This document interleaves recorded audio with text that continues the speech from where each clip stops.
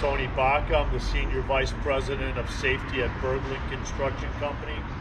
And this week's Safety Toolbox Talk here at the end of June 2022 is on heat-related illnesses on our construction projects. As you know, we've already had plenty of precipitation. We've already had 90-degree plus days.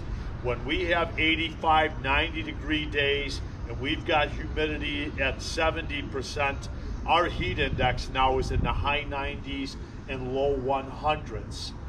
And with that being said, having 70 suspended boards on buildings here in the Chicagoland area and all of our supported scaffold systems being a brick and mortar company primarily during the heat of the summer months, we have 150 plus tradesmen exposed to the heat elements.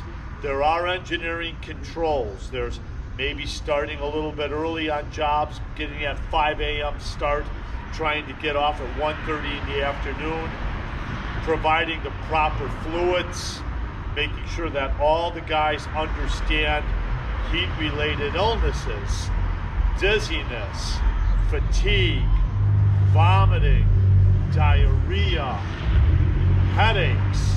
All of these things we should already know about. We cover this annually every year. We also cover this as an exposure in our OSHA 30 hour that we train annually. This is no joking matter. When an individual is overwhelmed with heat exposure, the brain is the primary area that can be affected the most.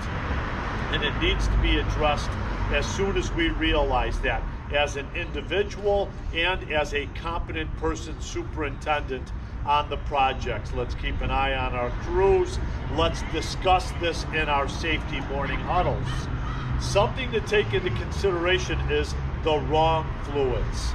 Drinking too much coffee, drinking a lot of tea, these monster drinks, all these high energy drinks that we have out on the marketplace, they're not good for us, first of all, and they are a dehydrant. That will lead you to fatigue and headaches and heat exhaustion exposures. Additionally, wearing a black shirt versus wearing a white shirt in the heat of the elements, or our high vis. High vis and whites reflect the heat of the sun more than dark colors do. So let's consider what we're wearing. What is our attire? I see a lot of tradesmen that like to wear the long sleeve, high vis jerseys, and they tell me once they get wet, that actually helps keep them cool. You know what? That's kind of neat. That's an engineering control. Plenty of rest the night before we come to work. You are responsible for taking care of number one. Whatever you're doing the night before, whether you're having a few too many cocktails, is your prerogative, but that will have an effect on you when you hit the jobs running the following morning and it's hot, steamy, and humid.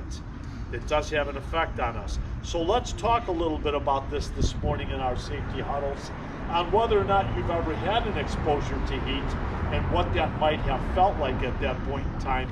But shared stories always helps us all understand better what we're dealing with. I do have a very informative text that goes along with this video this morning. Feel free to read this to your teams. And let's have a safe day. Let's have a safe week. Thank you.